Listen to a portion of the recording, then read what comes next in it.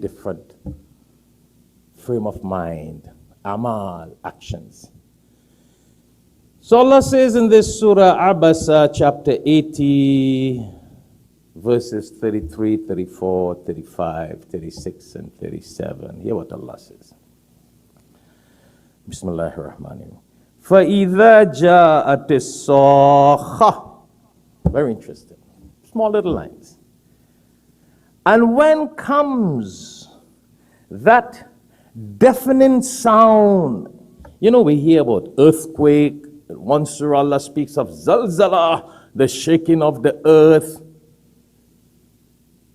the trumpet being blown. And Allah uses this terminology, kha, sakha, such a sound that will deafen us. You know, when you hear a sound that deafens you, you can go mad. Yeah? You can drop dead. Chapter 80, verse 33. Then hear what Allah says. And I know when we talk about this, a lot of people feel offended. But I can't understand. How could people feel offended when verses are quoted from the Quran?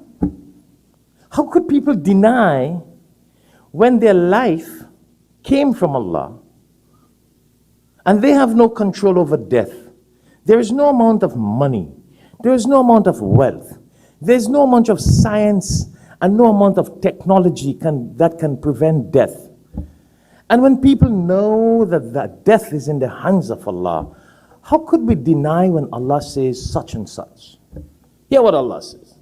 A day, yawm, a day, yafir'ul mar'u, a day when mankind, when man and woman, mankind, min akhi, when mankind or man and woman will run away from their brothers. Isn't that interesting? Isn't that interesting? On the day of judgment, Allah is saying that people will flee. You know, when you say bus it, they will not want to be close by. Min akhi wa ummihi wa abihi. A day when people will run away from their brothers, their sisters, their mothers, and their fathers. Oh yeah. This is what Allah is saying here. Wa ummihi wa abihi. This is not no translation or interpretation. And then Allah continues to say, wa sahibatihi wa bani. The day of judgment, a man will run away from his wife. The day when man will run away from his children.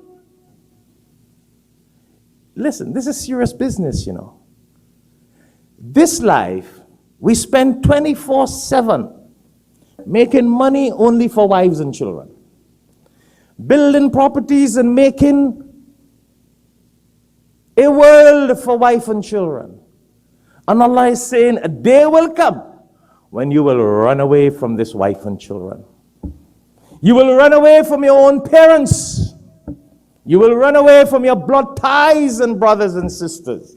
When people hear this, sometimes they say, but that Sheikh sound radical, boy. But what is so radical about this? Is there anything radical in this, brother? These are Allah's words. It is just a bunch of stupidity that we people hear this all the time, and we still run down what we still run down in this world, what we have to run away from in the next world.